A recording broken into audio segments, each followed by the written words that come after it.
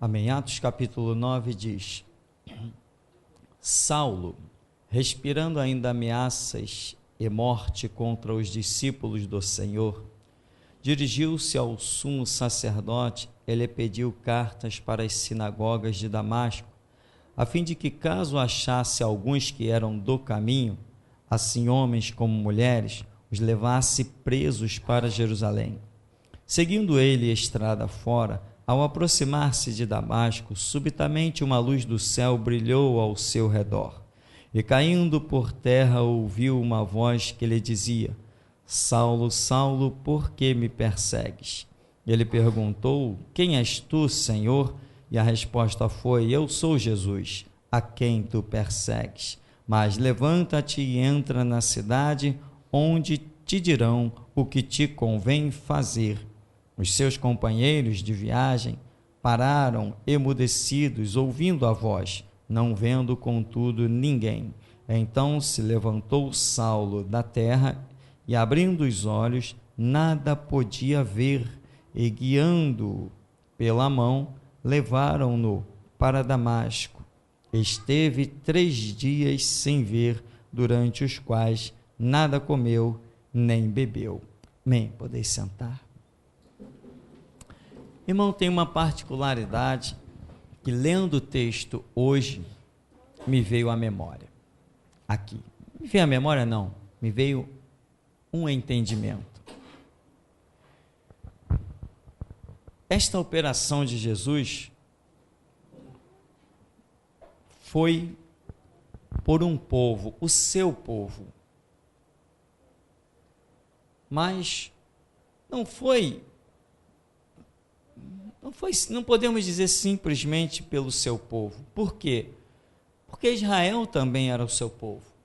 E nós não vimos, muitas vezes, quando necessitava Israel de certas manifestações, ele não teve. Porque esse povo que Saulo, o conhecido apóstolo Paulo, persegue aqui, este povo está com uma postura. Então vem Jesus e peleja pelo povo que Saulo vai buscar para matar. Jesus intervém com uma glória tremenda. E se essa glória não se manifestar nas nossas vidas, o resultado é simples: nós não estamos tendo as mesmas posturas que eles tiveram naquela época. Aliás, também conversávamos sobre isso hoje. Se os apóstolos hoje parassem assim sobre a terra para olhar, ou melhor, se os apóstolos parassem para olhar a igreja do futuro, a igreja de hoje, os apóstolos diriam assim: ué, o que está acontecendo? Enquanto nós fomos perseguidos, mortos, decapitados por um sistema, os nossos irmãos lá do futuro estão fazendo aliança com o sistema. A visão, não é isso, exato? Os nossos irmãos do passado foram perseguidos por um sistema. Que sistema? Sistema político. E os nossos irmãos do presente, o que fazem? Aliança com o sistema político. Tem muita coisa errada aí. Então, as operações que aconteceram com os nossos irmãos do passado não vão acontecer com os nossos irmãos do presente. Por quê? Porque a postura deles é outra. O que Jesus operou quando lá no passado se tinha determinada postura, não vai operar nos dias de hoje, porque a postura é outra. Ou será que a Bíblia não registrou aqueles irmãos do passado justamente para que nos servisse de exemplo e lição para todo sempre? Será que não foi isso? Com certeza foi isso. Quem se comportar como Pedro vai ver a glória que Pedro viu.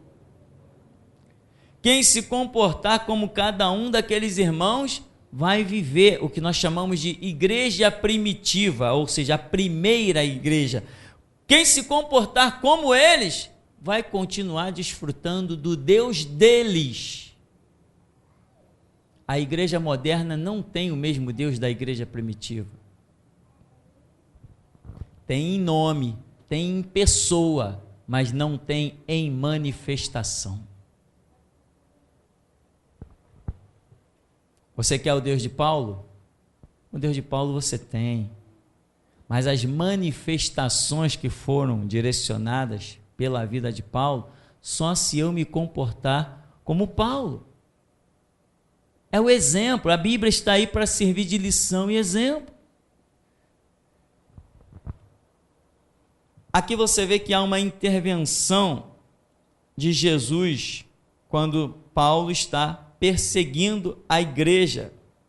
Ele está mudando aqui, indo de uma cidade para outra, para quê? Para prender, matar, espancar, trazer arrastando para Jerusalém, para fazer aquele mesmo espetáculo que aconteceu com Estevão. Paulo é aquele camarada determinado, ele acreditava numa coisa que estava servindo a Deus e ele foi surpreendido desta maneira. E Jesus hoje intervém por nós.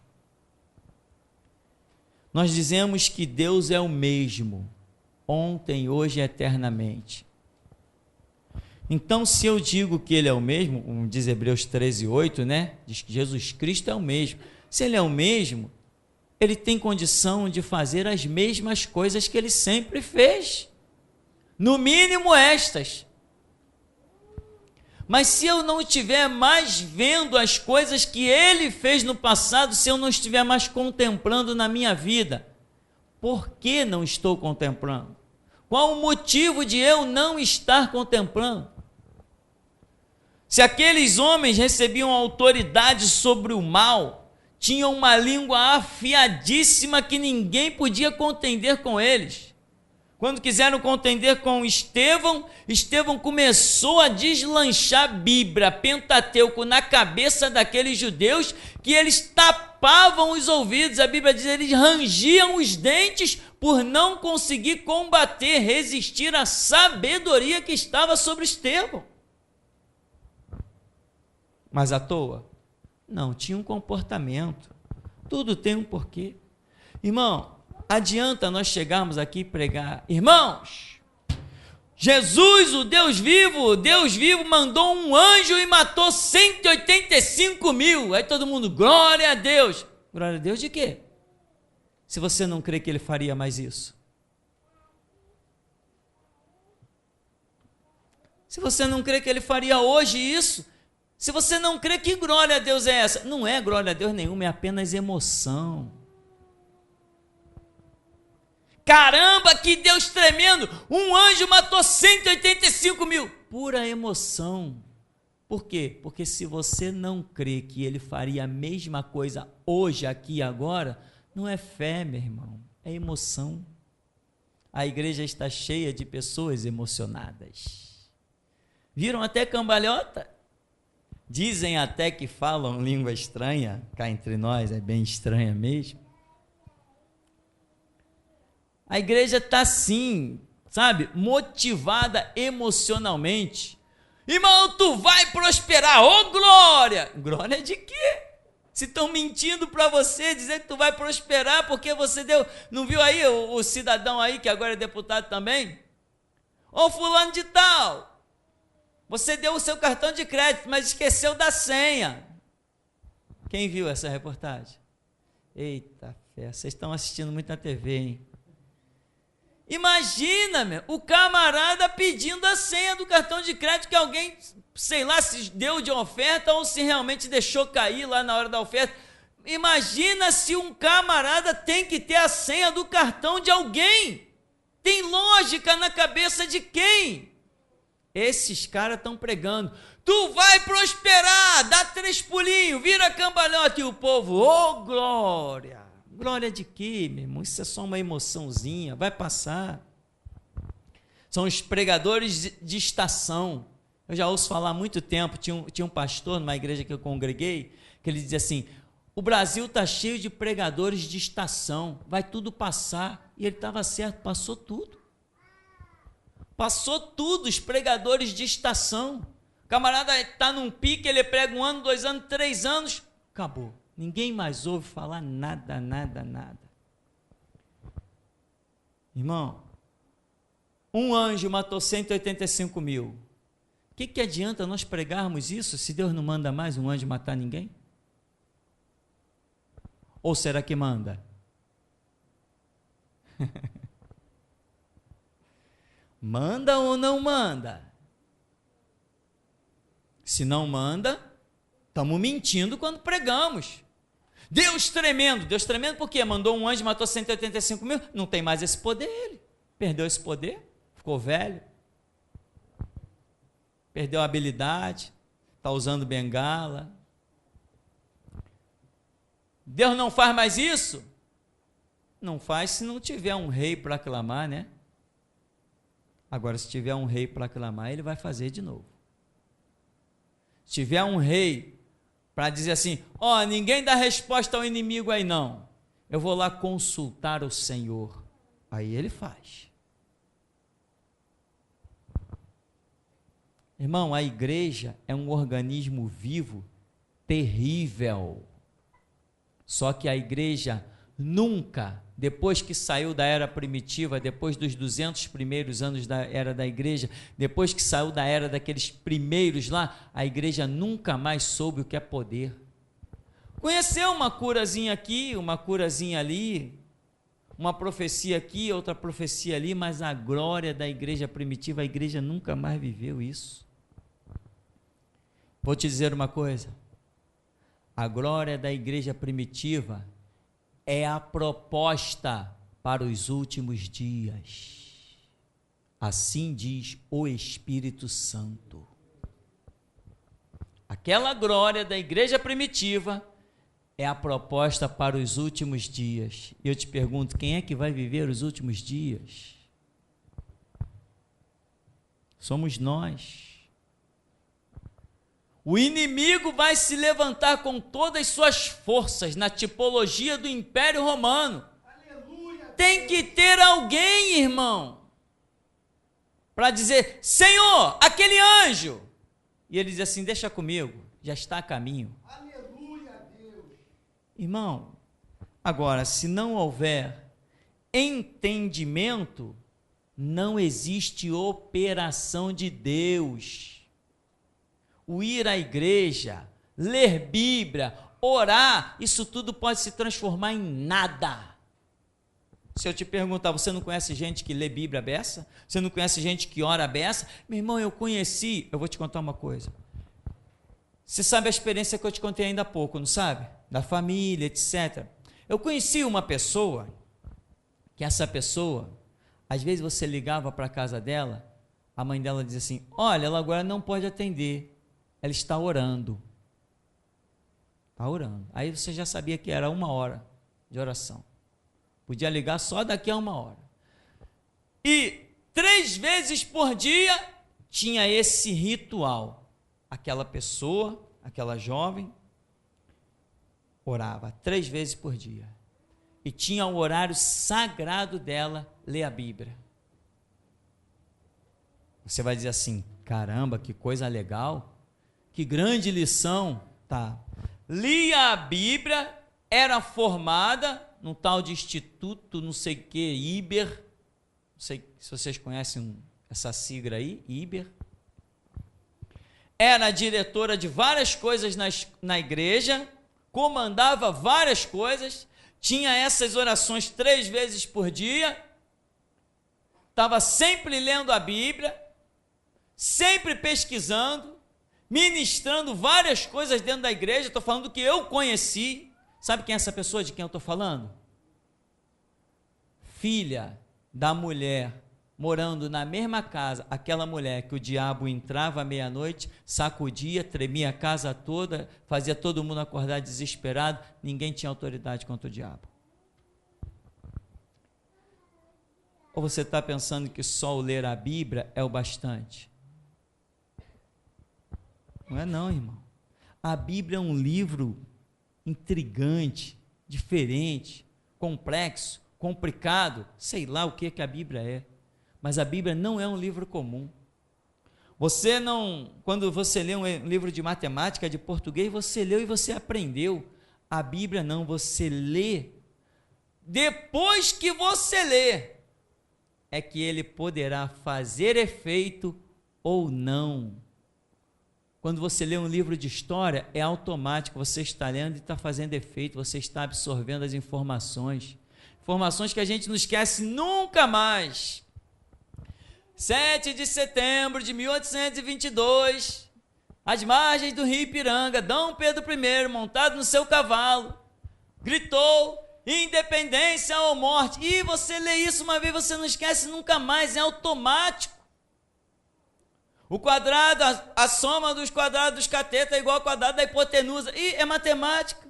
Você não esquece nunca mais. Acabou. Se alguém te pergunta, sabe isso? Sei. Sabe como é que se calcula uma raiz quadrada? Sei.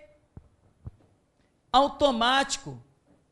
A Bíblia não. A Bíblia tu lê assim: no ministério de Josué, Josué estava perseguindo os inimigos e Deus mandou pedras de 50 talentos sobre os inimigos e matava os inimigos diante de Josué. E foram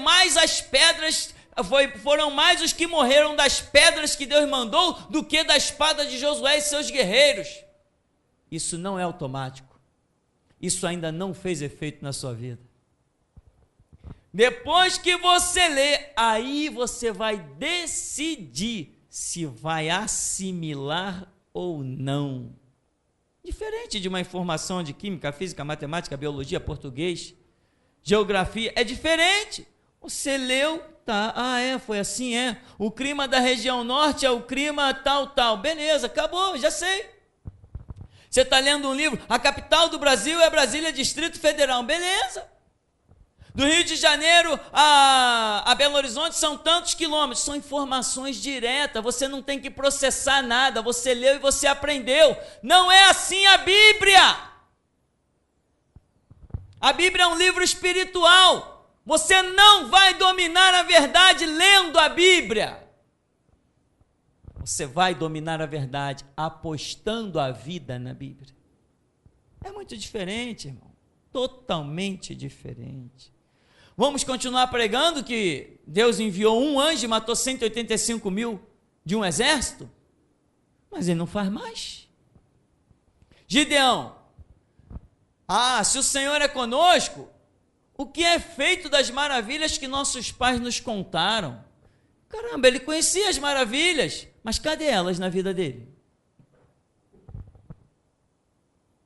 O que ele estava fazendo para que essas maravilhas se manifestassem? Ele está malhando o trigo para esconder.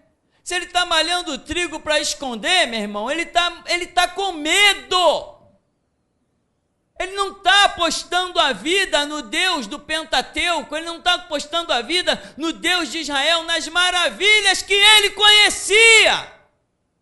Ele leu, mas aquilo não se processou dentro dele. O que é feito das maravilhas que nossos pais nos contaram? Nós queremos ver a glória de Deus.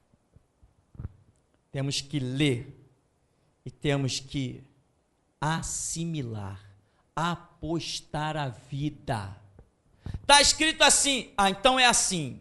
Aí o gigante se levanta na tua frente, não interessa o teu tamanho, gigante, está escrito assim, vai ser assim. Uma postura que você tem que ter diante das coisas, irmão, se obstinar. O Deus que jogou Saulo do cavalo, está vivo. Sim, só um detalhe. Quando a gente fala daquelas manifestações de Deus no Antigo Testamento, afinal de contas, o que temos no Antigo Testamento? Milhares de anos. Desde a saída de Israel do Egito até o fechamento do Antigo Testamento, nós temos milhares de anos. Foi um período de tempo muito extenso em que as operações de Deus foram muitas. Põe aí 4.000 anos de história. O período do Novo Testamento é um período muito curto. Os livros escritos no Novo Testamento não abrangem nem 100 anos. Então, o Antigo Testamento são 4.000 anos de história, está cheio de manifestações de Deus durante 4.000 anos. Desde Gênesis, 4.000 anos.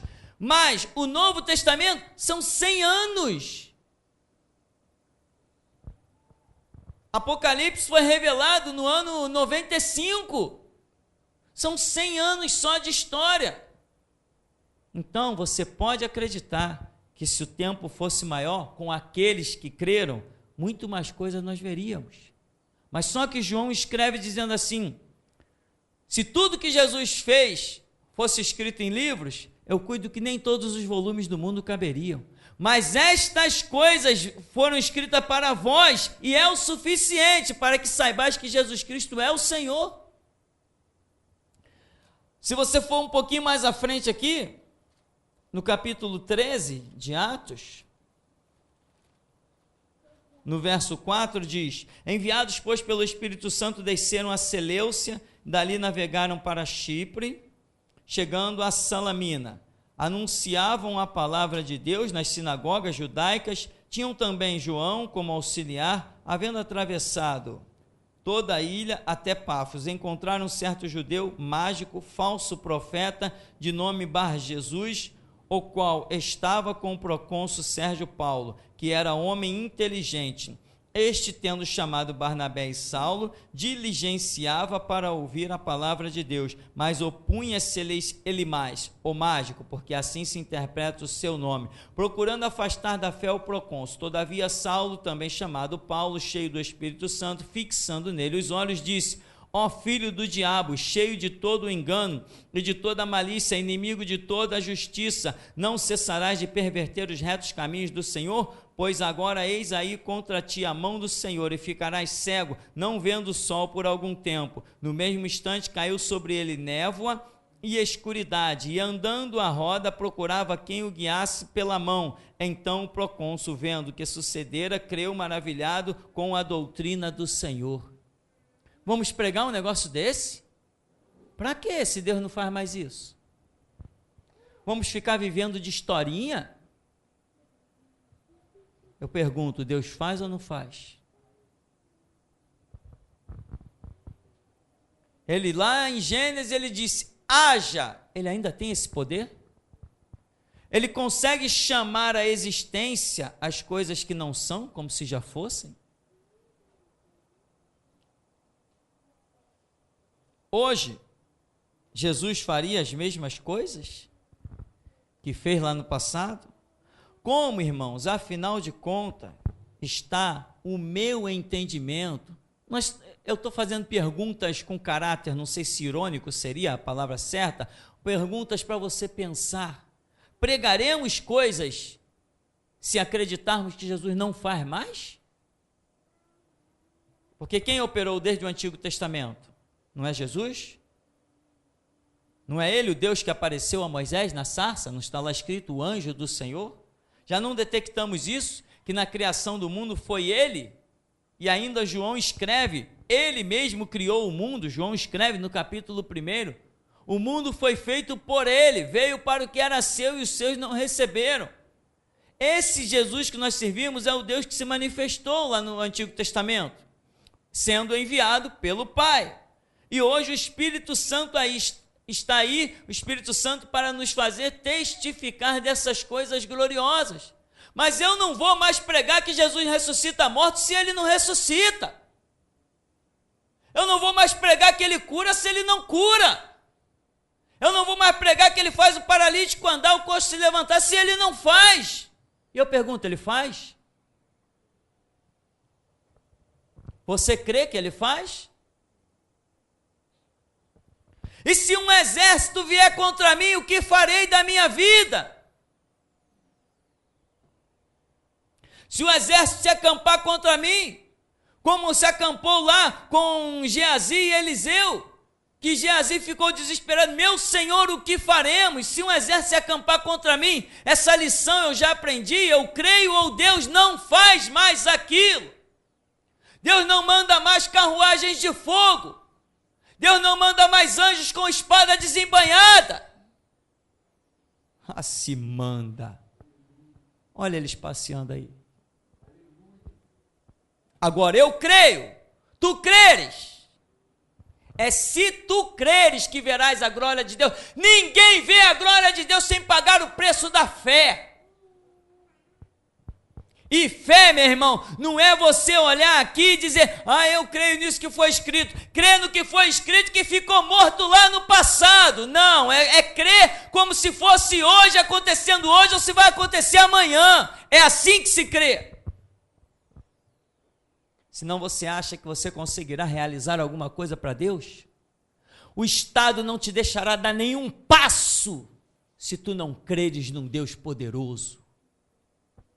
Os exércitos, a polícia, as forças armadas não te deixarão plantar nenhuma semente se você não for muito valente e intrépido nessa palavra do Deus vivo, de ontem, hoje e eternamente. Você crê? Tem que crer para ver a glória de Deus. Tem que cuspir na lei dos homens, senão tu não faz nada. Tem que zombar, escarnecer das leis dos homens, esses palhaços que estão no Congresso Nacional. Tem que cuspir na lei deles, senão tu não vai a parte alguma, tu não caminha no reino.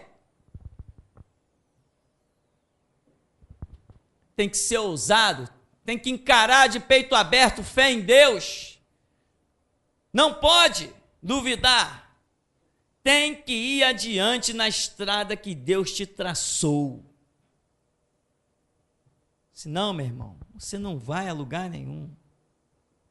Os inimigos vão te cercar armados, com algemas, com cadeias. Eles vão te cercar. Se você não crê que Deus fará certas coisas, sabe o que vai acontecer? Ele não fará. Irmão, quando nós fomos presos, a proposta era o quê? 2 anos de prisão. Todo mundo soltou fogos. Todo mundo soltou fogos.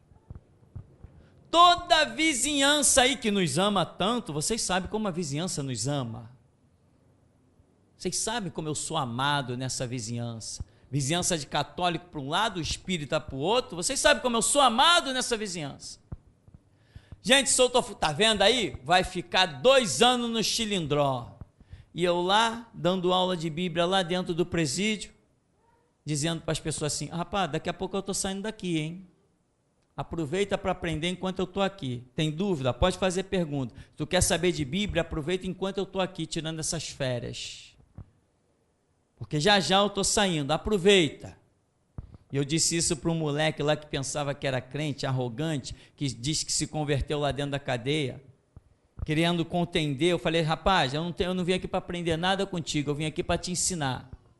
Sabe que esse pessoal pensa que é mais antigo na cela, pensa que vai intimidar todo mundo? Eles podem intimidar traficante que nem eles. Eu não sou traficante, eu sou sacerdote do Deus vivo. Eu não baixo a cabeça para ninguém, muito menos para traficante, porque eu não sirvo a Satanás. Eu não tenho medo de revólver, nem de traficante, eu não tenho medo de nada, nem de ninguém. Eu nasci para destronar o diabo, eu nasci para botar o diabo para correr, meu irmão.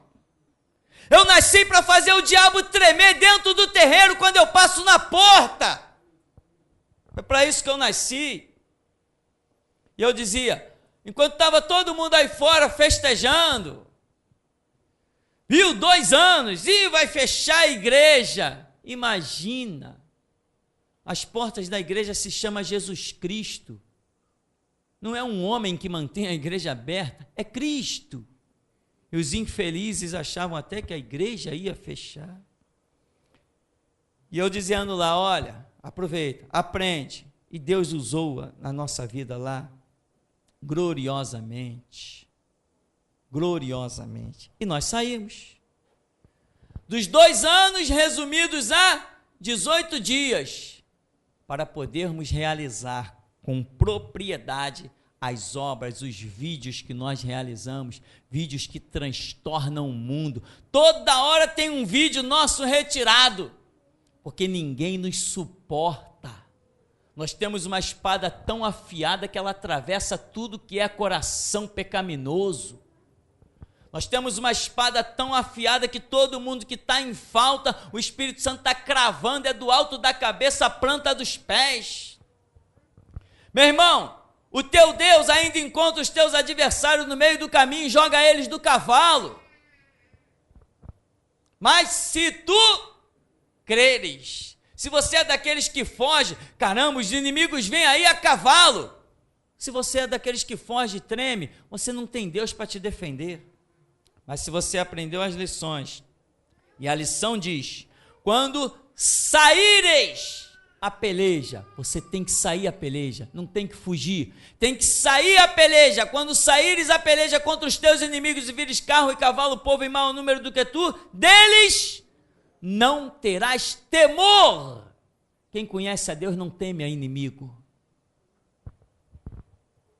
Quem tem medo não conhece Deus. Quem tem medo de alguma coisa não conhece Deus, pelo menos como deveria conhecer, precisa se exercitar mais. A fé é um exercício, mas tem pessoas que nunca se preocupam em se exercitar. Meu irmão, você tem que se trancar no seu canto e imaginar que o diabo vem contra ti com todo o seu exército. O que você faria? Você tem que imaginar que os traficantes vão cercar a tua vida e vão querer te calar. O que você faria? Essas experiências, meu irmão, acontecem. Nós já passamos muitas delas. Nós precisamos saber o que faremos quando o inimigo se levantar. Você tem que se exercitar nisso, para não engolir uma palavra. Onde estão os nossos perseguidores? Onde estão os nossos adversários? Onde estão os nossos oponentes? Onde está o diabo e os homens servos dele? O que eles fazem contra nós? Quem pode obstruir o caminho da igreja do Deus vivo? Quem pode obstruir o caminho dos servos de Deus? Quem pode frustrar os projetos do Todo-Poderoso? Quem pode? Mas tu tem que crer, e para crer tem que ter entendimento, conhecimento, e tem que ter postura. Então, meu irmão, eu te pergunto, nós vamos continuar pregando essas coisas?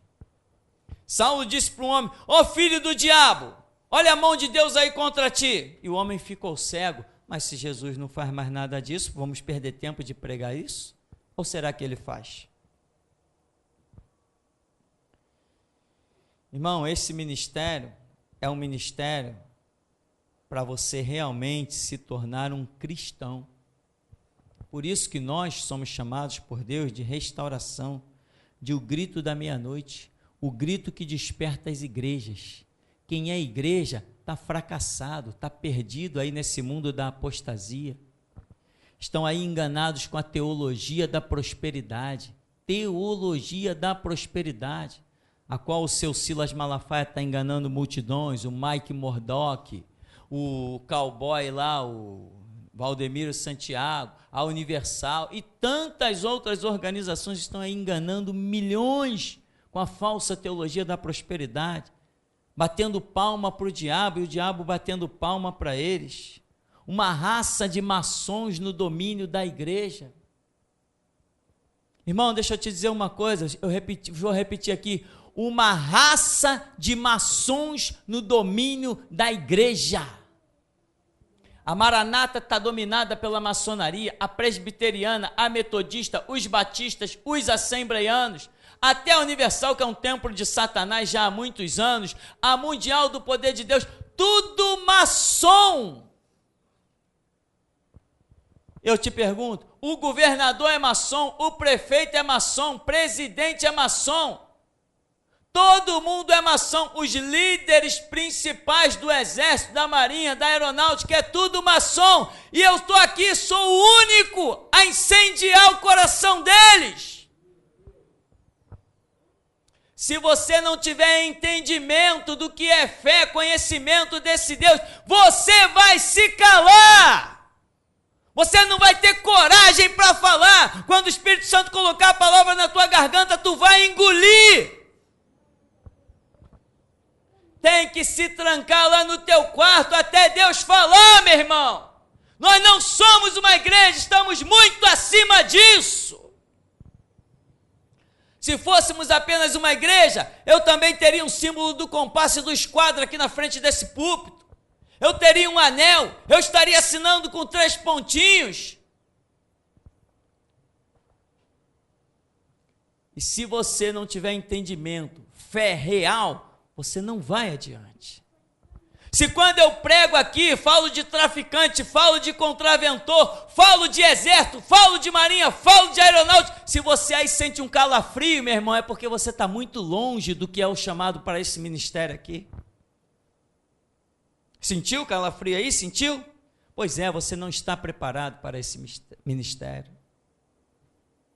Esse ministério é para aqueles que querem perder todo o temor, aqueles que não querem ter a sua vida por preciosa, porquanto que cumpram cabalmente o ministério glorificando a Deus, quer seja pela vida, quer seja pela morte. Irmão, e eu estou pregando isso e ainda estamos aqui embaixo. Deus falou que as coisas vão mudar quando passarmos lá para cima, hein?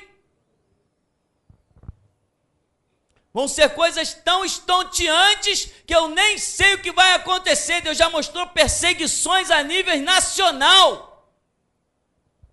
Mas eu creio que o Espírito Santo está encontrando não só vidas aqui no Rio de Janeiro, como em todo o Brasil e até no exterior.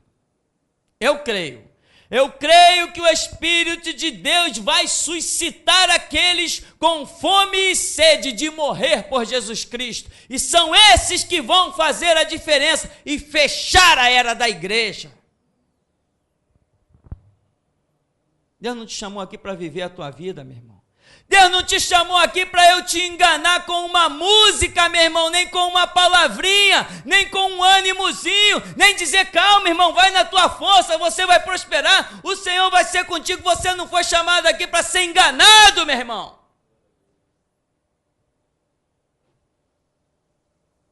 Portanto, meu irmão, creia, Ele é o mesmo.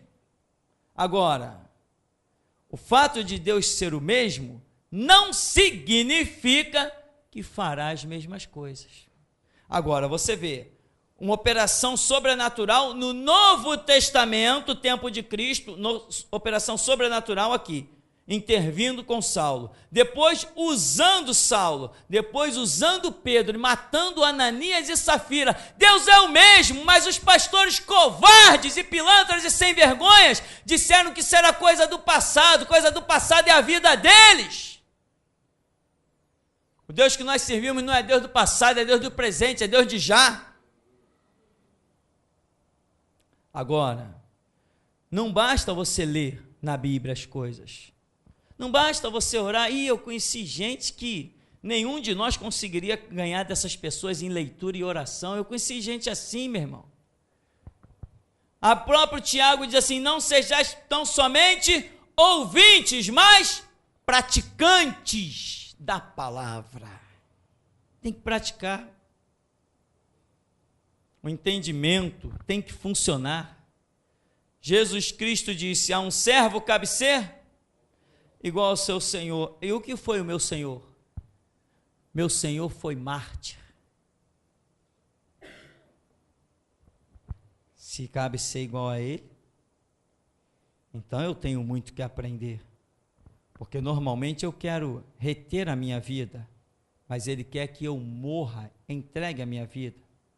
Aquele que quiser achar a sua vida, vai perdê-la. Mas aquele que perder a sua vida por amor de mim e do Evangelho, vai achá-la. Foi para isso que você foi chamado aqui. Deus não te trouxe aqui para mim te enganar. Já pedi o teu dinheiro hoje? Já te distribuí um envelope amarelo da busca do Espírito Santo? O verde da prosperidade? O azul da mansão celestial? Não fiz nada disso com você, meu irmão. Nem farei. Porque quando Jesus Cristo me chamou, eu era um pobre coitado.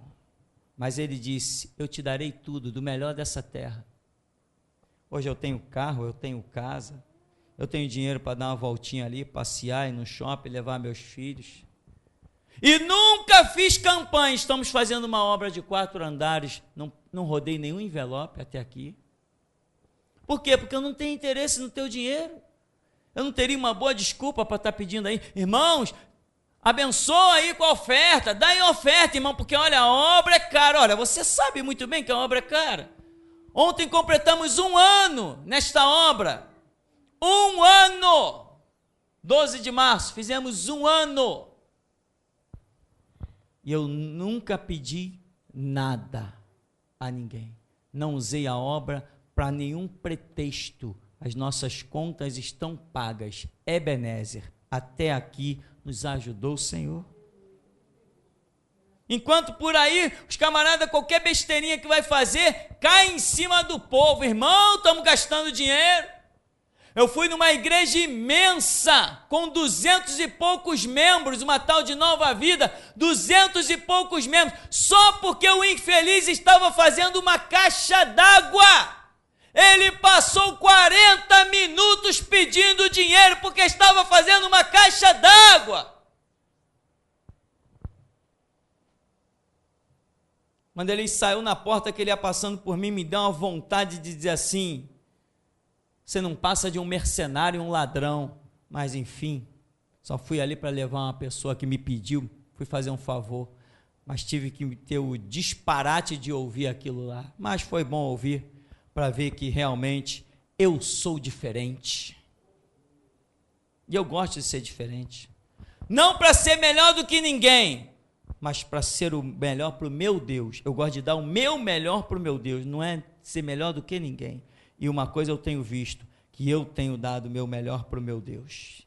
Então, meu irmão, nós vamos continuar pregando, que Jesus envia o anjo e mata 185 mil, que ele manda pedras e soterra os inimigos, que ele abre o mar para o seu povo passar, e fecha para os inimigos saberem que só o Senhor é Deus.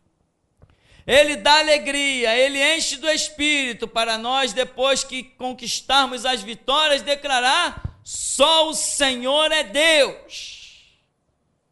Ele não nos desampara, Deus não desampara aqueles que têm fé. Agora, não tenha fé só para dizer que Jesus é o teu Salvador. Tenha fé para algumas coisas um pouco mais sobrenaturais. Tenha fé para crer que Ele muda o teu cativeiro. Alguns anos antes de o Senhor me chamar para o ministério, nem anos, alguns meses antes de o Senhor me chamar para o ministério, eu estava levando uma vida tão triturada, tão horripilantemente triturada, que eu não conseguia sequer fazer uma oração, ler Bíblia, nem pensar, meu corpo estava em pedaços, eu estava desmaiando em cima de uma cama, sem nem sequer conseguir tirar uma calça jeans e um tênis, assim que eu estava dormindo em cima de uma cama, passando por uma luta incrível que eu jamais pensei que fosse passar na minha vida. Eu só tinha tempo de fazer uma frase em oração, dizer: Deus, eu sei que tu pode, muda a minha história, e apagava. Deus, muda a minha história, e apagava. Todo dia eu só conseguia fazer isso e desmaiava em cima de uma cama. Deus, muda a minha história, e apagava. E eu criei que Ele mudava. Eu não orava sem crer, eu acreditei. E porque eu dizia para Ele às vezes assim: Senhor, eu sei qual vai ser o meu caminho do jeito que está. E eu sei que só o Senhor pode transformar o meu cativeiro. E Ele me transformou. Por isso que hoje, meu irmão, eu não peço, não me preocupo em pedir 1 centavo de ninguém, porque eu sei que vim da lama e Ele me deu vestes limpas. Eu vim do nada e hoje eu não tenho necessidades de nada. Eu sei que Ele é grande, Ele é poderoso.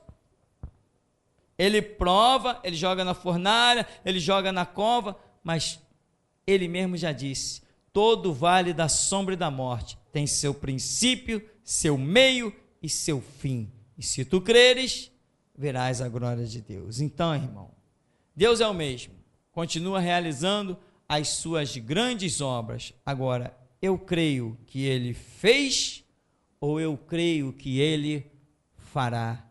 Eis a questão. E até aqui nos tem ajudado, Senhor.